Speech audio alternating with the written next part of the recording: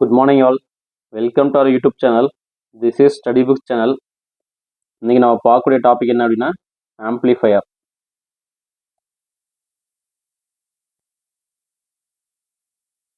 So introduction of amplifier.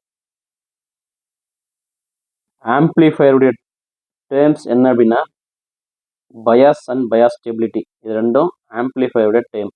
ஏன் அப்படின்னா amplifier ப்ராப்பரான பயாசிங்கில் இருந்தால் மட்டும்தான் நம்மளால் ப்ராப்பர் அவுட்புட்டை ஆம்ப்ளிடியூட், அதாவது ஆம்ப்ளிஃபைடு அவுட்புட் நமக்கு கிடைக்கும். அதனால தான் இந்த bias and bias stability amplifier சர்க்யூட்டில் வெரி இம்பார்ட்டன்ட் டேர்மாக இருக்குது. ஏன்னா இதை பேஸ் பண்ணி தான் நம்ம ப்ராப்பரான பயாசிங் கொடுக்கறதுனால தான் நமக்கு ரெக்வயர்டு அவுட்புட் கிடைக்குது. ஸோ ஆம்ப்ளிஃபையர் என்பது ஒரு எலக்ட்ரானிக் டிவைஸ். அதற்கு கொடுக்கக்கூடிய இன்புட் சிக்னலின் ஃப்ரீக்குவன்சி மற்றும் வேவ் ஷேப் மாற்றாமல் ஆம்ப்ளிடியூட், அதாவது மேக்னிடியூடை மட்டும் இன்க்ரீஸ் பண்ணி அவுட்புட்டை தரக்கூடிய ஒரு டிவைஸாக ஆம்ப்ளிஃபையர். ஆம்ப்ளிஃபையர் என்பது எலக்ட்ரானிக் டிவைஸ். அதற்கு கொடுக்கக்கூடிய இன்புட் சிக்னலின் ஃப்ரீக்குவன்சி மற்றும் வேவ் ஷேப் மாறாமல் ஆம்ப்ளிடியூடின் அளவை மட்டும் மாற்றி தரக்கூடிய ஒரு டிவைஸ் ஆம்ப்ளிஃபையர்.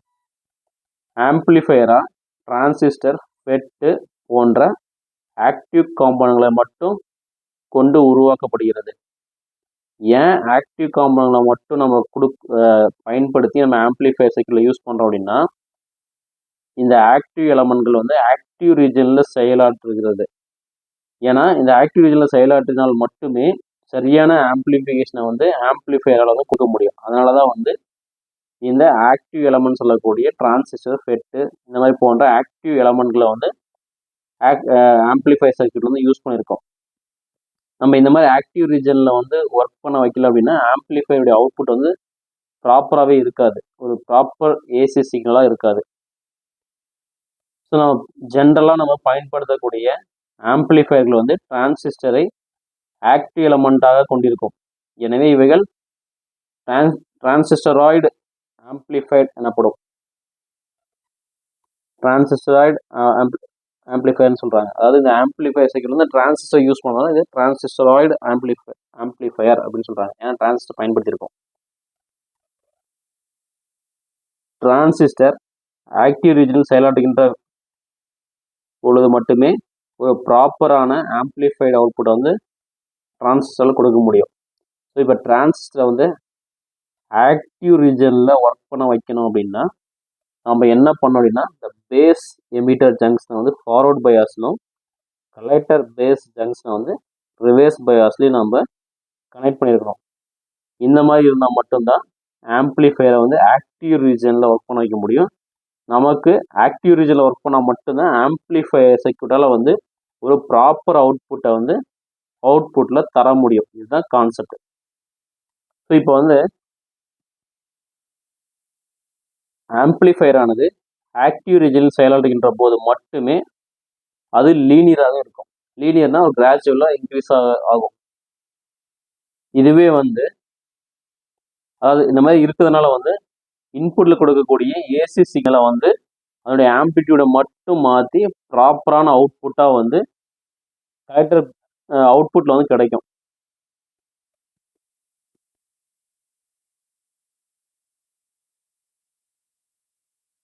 இப்போ ஆக்டிவ் ரீஜனில் இருக்கணும் அப்படின்னா பேஸ் எமிட்டர் ஜங்ஷனும் கலெக்டர் பேஸ் ஜங்ஷனும் ரிவர்ஸ் பயாஸில் இருந்தால் தான் ஆக்டிவ் ரீஜன், அதாவது ஆக்டிவ் ரீஜனில் வேலை செய்யுன்னு சொன்னோம். இப்போ பேஸ் எமிட்டர், பேஸ் கலெக்டர் இது ரெண்டும் ஃபார்வர்ட் பயாஸில் இருந்துச்சு அப்படின்னா இந்த டிரான்சிஸ்டர் என்ன ஆகும் அப்படின்னா அது சேச்சுரேஷன் ரீஜனில் ஒர்க் ஆகும். சேச்சுரேஷன் மோடில் ஒர்க் ஆகும். அதுவே base emitter and base collector reverse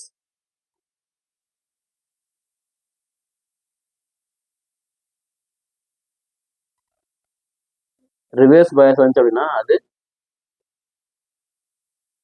cut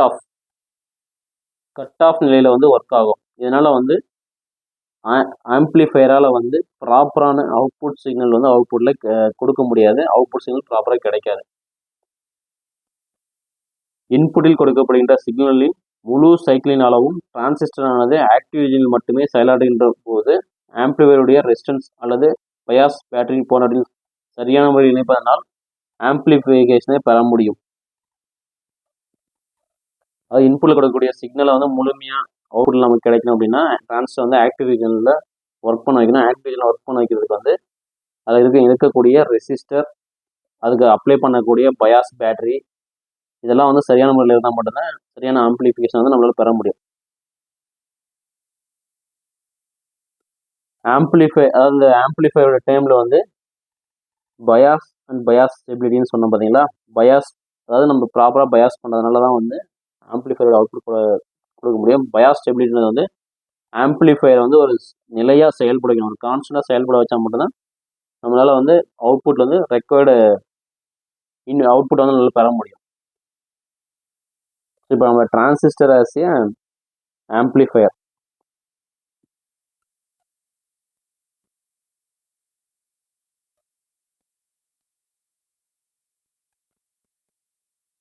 so இப்போ வந்து பயாசிங் சர்க்யூட் ஆனது டிரான்சிஸ்டரின் எமிட்டர் ஜங்ஷனை ஃபார்வர்ட் பயாஸிலும் கலெக்டர் ஜங்ஷனை ரிவர்ஸ் பயாஸிலும் வைப்பதனால் டிரான்சிஸ்டர் ஆனது முழுவதுமாக ஆக்டிவ் ரீஜனில் செயலாற்ற வைக்க முடியும்.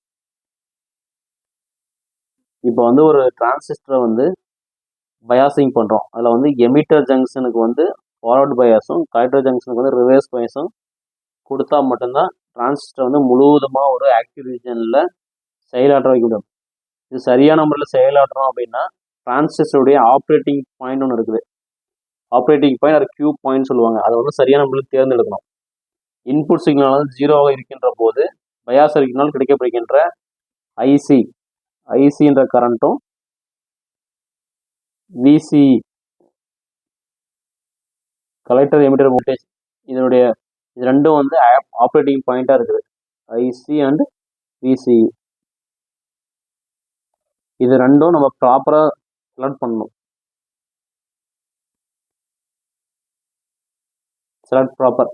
ப்ராப்பராக செலக்ட் பண்ணோம் அப்படின்னா நம்மளால் வந்து ஒரு டிரான்சிஸ்டர் வந்து ஒரு ப்ராப்பர் ஆம்ப்ளிஃபையராக ஒர்க் பண்ண வைக்க முடியும். ஸோ இந்த கியூ பாயிண்ட் சொல்லக்கூடியது கலெக்டர் கரண்ட்டும் கலெக்டர் எமிட்டர் வோல்டேஜ் இதை பேஸ் பண்ணி தான் இருக்கும். இந்த ரெண்டு பாயிண்ட்டும் வந்து ஆப்ரேட்டிங் பாயிண்ட், இதனுடைய மதிப்பு வந்து ஆப்ரேட்டிங் பாயிண்ட் சொல்லுவாங்க. இது ரெண்டையும் ப்ராப்பரான மதிப்பில் நம்ம வச்சுக்கிட்டோம் அப்படின்னா நமக்கு வந்து ப்ராப்பரான ஆப்ரேட்டிங் பாயிண்ட் கிடைக்கும். இதனால் வந்து டிரான்சிஸ்டர் வந்து ஒரு ப்ராப்பர் ஆம்ப்ளிஃபையராக வந்து யூஸ் பண்ண முடியும். ஸோ இப்போ இந்த இமேஜில் பாருங்கள், இது ஒரு ஃபிக்ஸ்டு ரெசிஸ்டர் கூடிய சிஇ காமன் எமிட்டர். அதாவது கான்ஃபிகரேஷனில் வந்து டிரான்சிஸ்டர் கான்ஃபிகரேஷனில் வந்து டைப்ஸ் இருக்குது. டிரான்சிஸ்டர் கான்ஃபிகரேஷன் வந்து டைப்ஸ் இருக்குது. அதில் வந்து காமன் எமிட்டர், காமன் கலெக்டர்,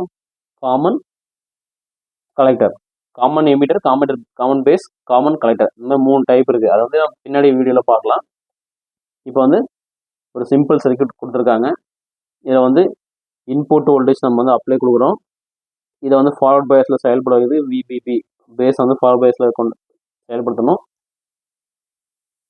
இது வந்து ரிவர்ஸ் பயாஸில் செயல்படும். அதுக்கு இந்த விசிசின்ற 2 பேட்டரி வந்து கனெக்ட் பண்ணியிருக்கோம். ஸோ டிரான்சிஸ்டருடைய அடிப்படை என்ன அப்படின்னா அது ஒரு ஆம்ப்ளிஃபையராக பயன்படுத்திக்கலாம். ஸோ இதில் C1 C0ன்ற கெப்பாசிட்டி நம்ம யூஸ் பண்ணிக்கலாம். சி அவுட்புட், சி கெப்பாசிட்டி அவுட்னு சொல்லியிருக்கோம். இதை என்ன பண்ணோம் அப்படின்னா டிசி சிக்னலை வந்து தடுத்து ஏசி சிக்னலை மட்டும் அதன் வழியாக அலோவ் பண்ணணும். ஸோ இப்போ நம்ம என்ன பண்ணோம்னா இப்போ வந்து நமக்கு தரக்கூடிய இன்புட்ஸினுடைய பாசிட்டிவ் சைக்கிளின் போது வந்து டிரான்சிஸ்டருடைய எமிட்டர் பேஸ் ஜங்ஷன், இந்த எமிட்டர் பேஸ் ஜங்ஷன் இருக்குது பார்த்தீங்களா. இந்த ஜங்ஷன் என்ன அப்படின்னா அதிக ரிவர்ஸ் பயாஸில் இந்த பேட்டரி மூலிமா அதிக ரிவர்ஸ் பயாஸில் செயலாற்றும். ஸோ ஆர்சின் வழியாக செல்லக்கூடிய கலெக்டர் கரண்ட் அளவும் அதிகரிக்கும். ஸோ இந்த வழியாக செல்லக்கூடிய கலெக்டர் கரண்ட் அளவும் அதிகரிக்கும். இதுவே வந்து நெகட்டிவ் சைக்கிள் வரும்போது இந்த எமிட்டர் பேஸ் ஜங்ஷன் வந்து ஃபார்வர்ட் பயாஸின் அளவு குறைஞ்சு அவுட்புட்டில் கிடைக்கக்கூடிய வோல்டேஜும் குறையும். இது மாதிரி குறைஞ்சு கிடைக்கும். ஸோ அவுட்புட்டில் வந்து ஒரு ப்ராப்பரான ஒரு அவுட்புட் வந்து ஆம்பிளிஃபைடு அவுட்புட் வந்து நமக்கு கிடைக்கும். இப்போ வந்து இன்புட் சிக்னலை தரல அப்படின்னா இந்த விபி பேட்டரி வழியாக உருவாகின்ற டிசி கரண்ட் ஆனது கலெக்டர் வழியே செல்கின்றது. இது ஜீரோ சிக்னல் கலெக்டர் கரண்ட் அப்படின்னு சொல்றாங்க. ICQ அப்படின்னு சொல்றாங்க. Zero collector current. அதிக அளவு ஆம்பிளிஃபிகேஷன் கிடைக்க வேண்டும் என்றால் ஜீரோ சிக்னல் கலெக்டர் கரண்ட் மதிப்பானது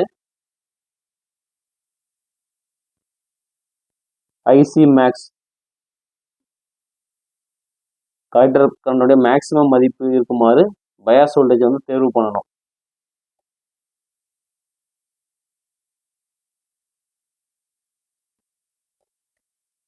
ஸோ இப்போ இந்த சிக்னல் ஜீரோ சிக்னல் கலெக்டர் கரண்டை தேர்வு செய்வது மிக எளிமையானது. பொதுவாக மற்றும் அதிகமாக பயன்படுத்தக்கூடிய முறைகளில் வந்து இந்த ஃபிக்ஸ்டு பயாஸ் முறை வந்து யூஸ் பண்ணி நம்ம வந்து ஆம்பிளிஃபிகேஷன் வந்து நம்ம பண்ணுறோம். இதுதான் வந்து டிரான்சிஸ்டர் ஆஸ் ஏ ஆம்பிளிஃபையர்.